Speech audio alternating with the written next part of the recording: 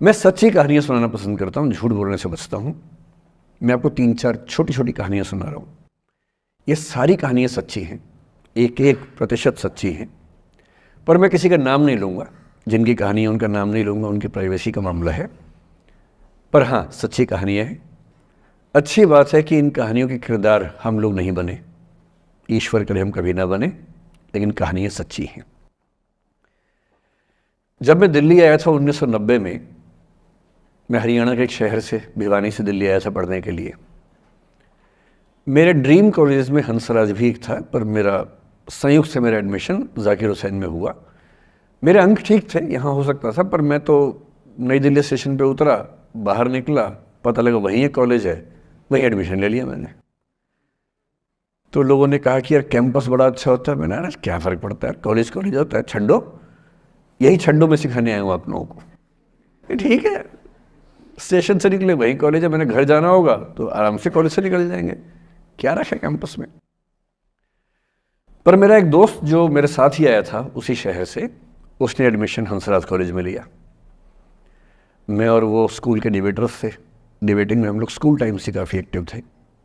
DU में आए तो यहाँ भी एक्टिव रहे।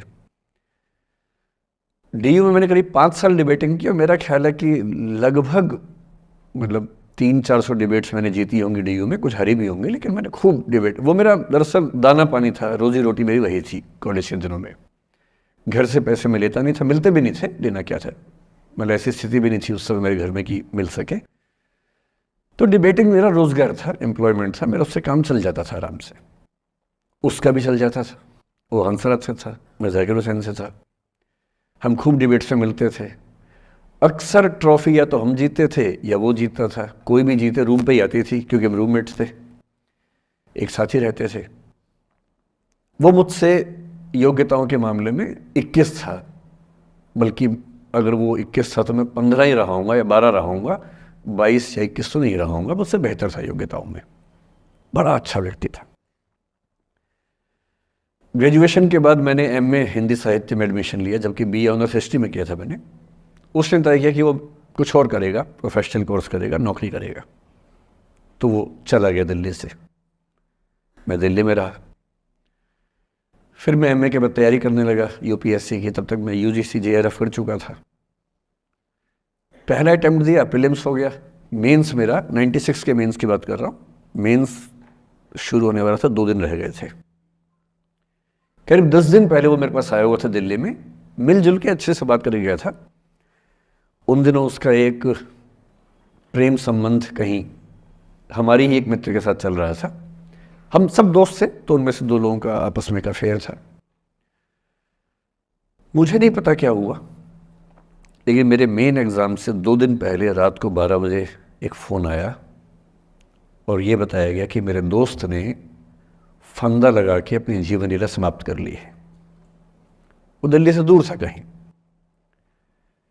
और जिस व्यक्ति के बारे में मेरी राय ये थी कि उतना जीवट वाला व्यक्ति कोई हो नहीं सकता, जो ज़िंदगी से हार सकता ही नहीं, जिसके होने से कई लोग हमेशा जीता हुआ महसूस करते हैं, वो चुपचाप एक बंद कमरे में ज़िंदगी से हार गया। मैं आज तक नहीं समझ पाया कि ऐसा कैसे हुआ। बाद में टटोला, उसके पेरेंट्स से बात हुई, भाई से बात हुई, उन्होंने उसकी याद में एक सोशल वर्क शुरू किया ताकि किसी और बच्चे को ऐसा ना करना पड़े। तो जो हल्का हल्का अनुमान हुआ वो है कि शायद कुछ ऐसा था रिलेशनशिप में जो नहीं संभल पाया था, और रिश्ता टूट ना जाए इसका दबाव बहुत ज़्यादा था, और वो दबाव झेल नहीं पाया। इस उम्र में ऐसा फेज़ आता है, कई बार आता है। ये एक कहानी है, हंसराज कॉलेज से ही जुड़ी है, इसलिए मैंने सोचा कि वहीं से बात शुरू करूँ। नाम जैसा कि मैंने कहा मैं नहीं बताऊंगा, तो नाम बताने का मतलब भी नहीं। और वो जिसकी मैं कहानी सुना रहा हूँ, आप लोगों के जन्म से पहले की बात है। आप तो सब 21वीं सदी वाले बच्चे होंगे ना, जेन ज़ी होंगे आप सब लोग, तो ये तो बहुत पुरानी बात है। एक दूसरी कहानी सुनाता हूँ। मैं आपको 2-3 कहानियाँ सुनाऊंगा, फिर उन सबका सार निकाल लेंगे एक साथ हम लोग। दूसरी कहानी ये है कि जब मेरा सिलेक्शन हो गया 97 में, मतलब 96 अटेम्प्ट में पहली बार में मेरा सिलेक्शन हो गया था, मैं एक्सटेंशन लेके तैयारी कर रहा था और डीयू में मैं पढ़ा भी रहा था उस समय। तब मैं शायद डीएवी कॉलेज में था या अग्रसेन, मैं 2 जगह पढ़ाया डीयू में, तो उनमें से किसी कॉलेज में पढ़ा रहा था उस समय में। तो उस समय एक लाइब्रेरी है कैंपस में ही, सेंट्रल रेफरेंस लाइब्रेरी, आप जानते होंगे, CRL बोलते हैं, जो विवेकानंद जी की स्टैच्यू है उसके सामने ही वो लाइब्रेरी है। उस लाइब्रेरी में नीचे सब बैठ के पढ़ते हैं और टॉप फ्लोर पे रिसर्च फ्लोर है जहाँ MPhil PhD वाले बच्चे पढ़ते हैं। मैं उस समय शायद PhD कर रहा था या MPhil खत्म हुई थी, वहीं बैठता था, पढ़ता था रोज़। कई दोस्त पढ़ते थे हम लोग वहाँ। हम सुबह 8 बजे लाइब्रेरी खुलते ही वहाँ घुसते थे, रात को 1 बजे निकलते थे लाइब्रेरी बंद होने के समय। तो वहाँ एक छत थी, छत पे छोटी सी कैंटीन थी जहाँ हम लोग जब जब बोर होते थे दिन में 3-4 बार जाके चाय पीते थे। चाय पी ली, बिस्किट खा लिया, थोड़ी गप्पे मार ली, वो सब वहाँ करते थे। तो वहाँ मेरे बहुत सारे दोस्त थे, उनमें से कई लोग अब बहुत सीनियर सिविल सर्वेंट्स हैं, कुछ लोग प्रोफेसर्स हैं डीयू में। 2 बच्चे थे मुझसे जूनियर, 3-4 साल जूनियर थे, बड़े प्यारे बच्चे थे। मुझे उस समय तक पढ़ाई लिखाई का शौक अच्छा खासा हो गया था, तो वो रोज़ मेरे साथ बैठते थे केवल बात करने के लिए, किसी मुद्दे पर बहस करनी है तो बहस होती थी, समझते थे। फिर मुझे पता लगा कि वो दोनों रिलेशनशिप में हैं, रिश्ते में हैं, दोनों ने शादी भी कर ली। उनकी योजना डीयू में पढ़ाने की थी या सिविल सर्विस की भी थी शायद, पता नहीं। मेरा इंटरेक्शन बहुत ज़्यादा उसके बाद रहा नहीं उनसे, क्योंकि मैं सर्विस में चला गया था। इतने जिज्ञासु बच्चे थे दोनों, इतने जिज्ञासु कि उनसे मिलकर तबीयत खुश हो जाती थी, कि हर चीज़ जानने का मन करता था उनका, हर विषय पढ़ने का मन करता था। एकदम जीवन से भरे हुए बच्चे, आंखों में चमक ऐसे।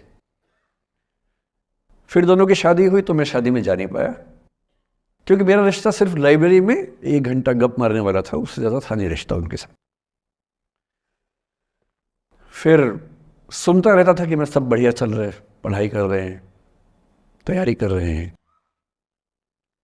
इंटरकास्ट मैरिज की उन लोगों ने, खूब हंगामा हुआ, दोनों घर में तलवारें खिंच गई, किसी तरह से तलवारें संभाली गई, मैनेज हुआ, दोनों साथ रहने लगे। और फिर 3-4 साल के बाद एक दिन मैंने खबर सुनी कि उस बच्ची ने फंदा लगा के जीवन लीला समाप्त कर ली। ये बात भी दिल्ली विश्वविद्यालय की है, उस दौर के सब लोग इस कहानी को जानते हैं। मेरे ख्याल से ये दोनों कहानी आपकी प्रिंसिपल मैडम जानती होंगी, नहीं ध्यान कर पाएंगे तो मैं उनको जैसे नाम बोलूँगा अकेले में वो तुरंत समझ जाएंगे मैं किसकी बात कर रहा हूँ। मैं आज तक नहीं समझ पाया कि ऐसा क्या हुआ होगा। तो बाद में अनुमान जो हुआ वो ये, इंटरकास्ट मैरिज, परिवार का दबाव, समाज का दबाव, आपस के दबाव, टॉक्सिक रिलेशनशिप, अंत में उस दबाव को न झेल पाना और जीवन समाप्त कर देना, ये हुआ। ये 2 घटनाएं हैं। एक तीसरी घटना ये है कि दिल्ली में आज से 25 साल पहले घटना घटी। आप लोग तब बस पैदा हुए होंगे, घुटनों में चल रहे होंगे, या उससे 5-7 साल पहले की बात रही होगी। ये घटना दिल्ली के सब सीनियर लोग जानते हैं, जिनकी उम्र 35-40 साल है वो सब जानते हैं इस घटना को। मोबाइल फ़ोन में वीडियो नया नया आया था उस समय, अब तो आपके हर फ़ोन में वीडियो है, अब तो सामने भी है ताकि आप वैसा वाला मुंह बना के सेल्फी खिंचवा सके। पाउट बोलते हैं ना, मैं उसको देसी भाषा में सूअर जैसा मुंह बोलता हूँ, और वैसा ही बनता भी है, क्यूट क्यूट सा सूअर जैसा मुंह बना के लोग सेल्फी खिंचवाते हैं, उसको बोलते हैं पाउट।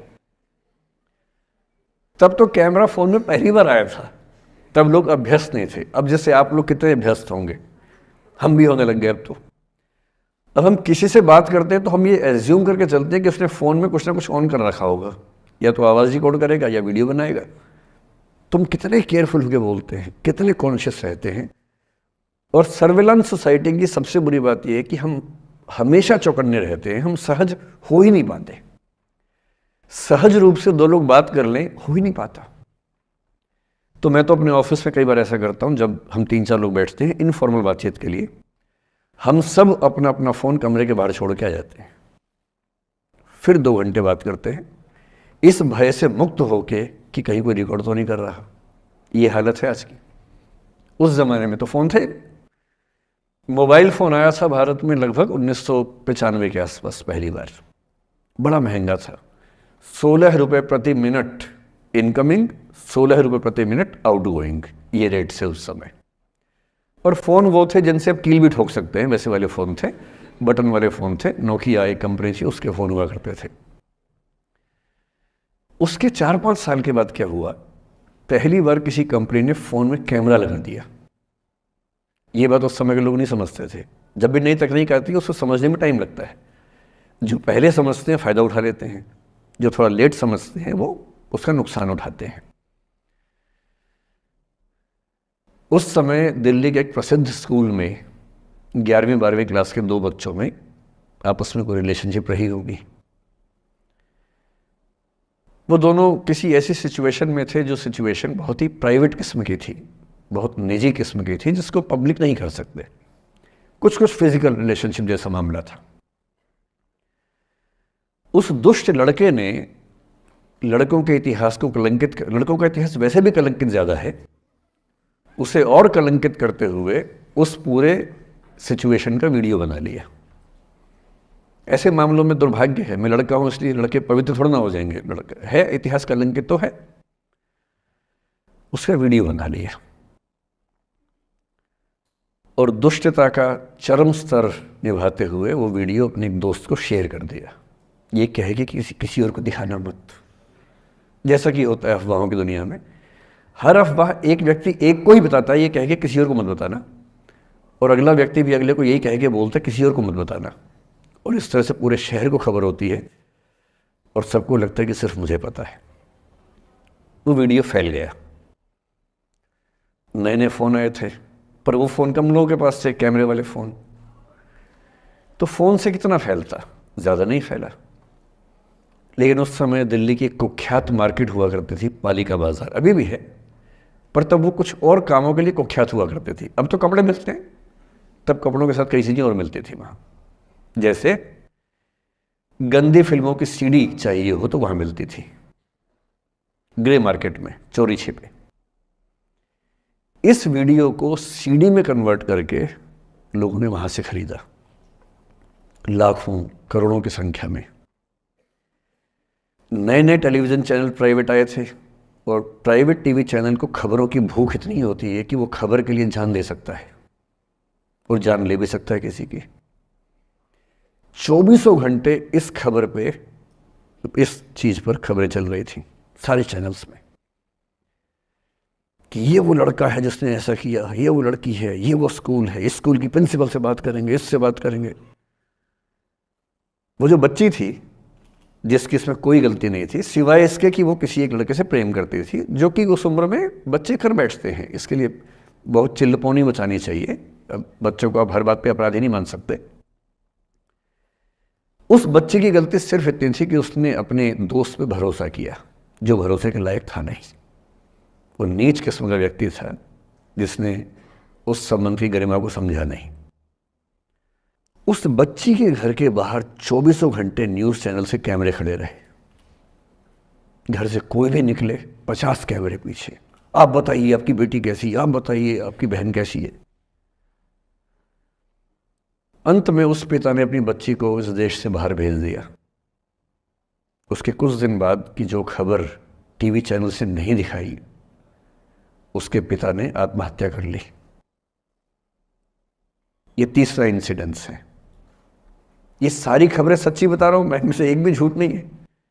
झूठी कहानियों से मोटिवेशन दिया जा सकता है, मैं जानता हूं, पर जब सच्ची कहानियां हैं तो मैं झूठ क्यों बोलूं?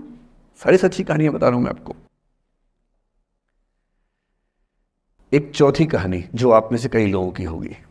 मेरा एक स्टूडेंट है, सिविल सर्वेंट है, सीनियर लेवल पे है, करीब 40 साल का है। उसने आज तक शादी नहीं की।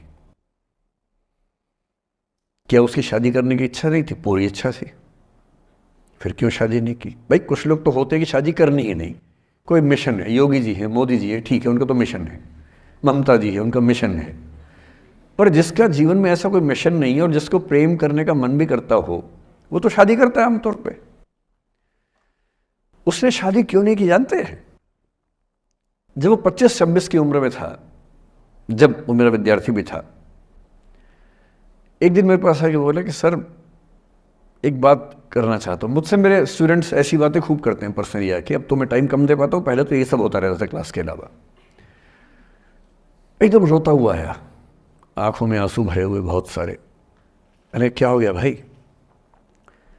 तो फिर उसने किसी का नाम बताया कि सर वो ही मेरी स्टूडेंट थी, कि सर उसके साथ रिलेशनशिप थी, उसने धोखा दिया है मुझे।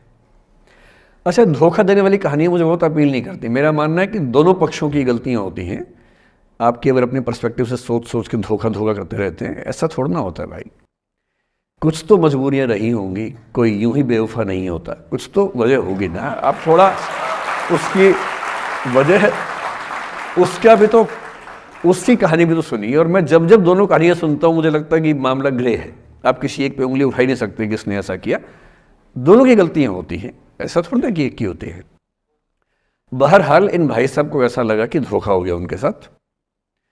तो मैंने कहा चलो कोई बात नहीं यार, हो गया तो हो गया, तू नहीं कोई और सही, ऐसा क्या है। वो इतनी बड़ी दुनिया है, 8 अरब की आबादी अब है, उस समय भी 6-7 अरब तो थी। मैंने कहा 3.5 अरब 350 करोड़ में कोई तो होगी तुम्हारे लिए, ऐसा क्या है, कोई और देखेंगे। पर वो थोड़ा ज़्यादा सेंटिमेंटल था उस समय। धीरे धीरे पता नहीं उसके मन में क्या बैठ गया, उसके मन में ये बैठा कि दुनिया की सारी लड़कियां धोखेबाज होती हैं। ऐसे मूर्खों की कमी नहीं है दुनिया में, ऐसे बहुत मूर्ख हैं।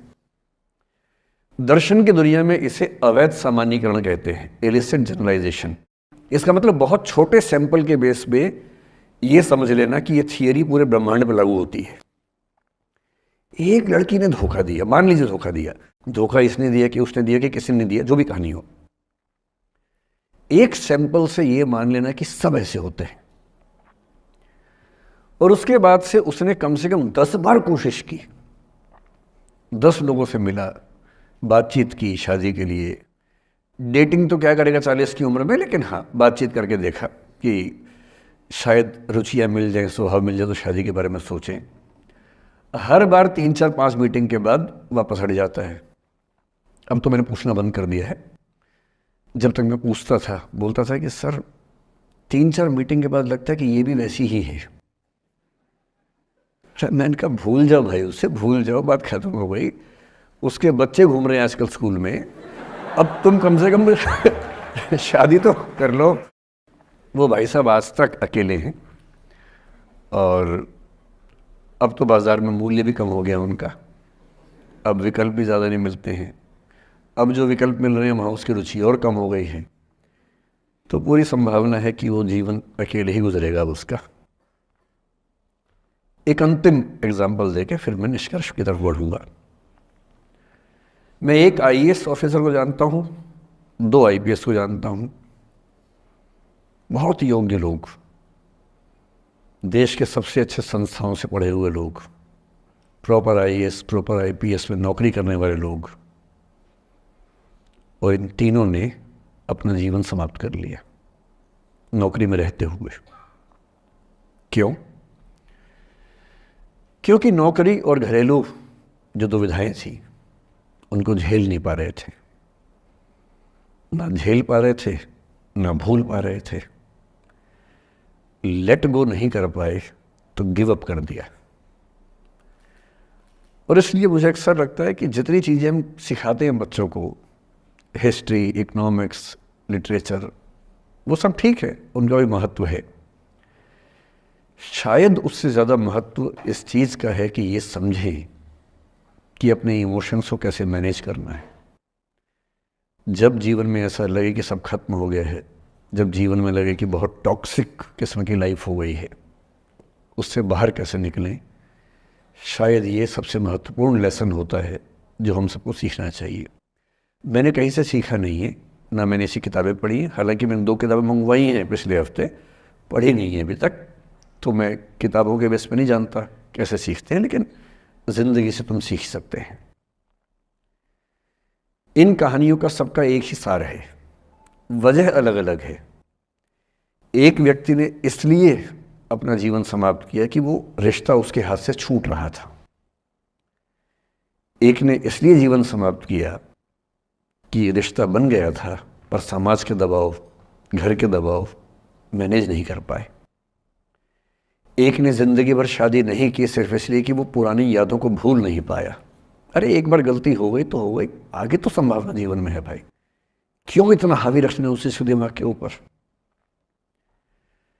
कुछ लोग देश की सबसे अच्छी नौकरी में होकर हर पैमाने पर सफलता की हर कसौटी पर खरा उतरने के बाद जीवन नहीं बचा पाए, क्योंकि दूसरों की नज़र में आप बहुत सफल हो जाए, अपनी नज़र में शून्य हो, तो फिर जीवन कैसे बने, जीवन कैसे बचे। इन सारी कहानियों का मूल भाव एक ही है, अगर आप खुद को हैंडल नहीं कर सकते तो दुनिया को क्या हैंडल करेंगे। दुनिया को हैंडल करने से पहले खुद को हैंडल करना सीखना पड़ता है, और उसका सबसे आसान जो रामबाण उपाय है उसको बोलते हैं द आर्ट ऑफ लेटिंग गो, जाने दो। वो अफसाना जिसे अंजाम तक लाना न हो मुमकिन, उसे एक खूबसूरत मोड़ देकर छोड़ना अच्छा।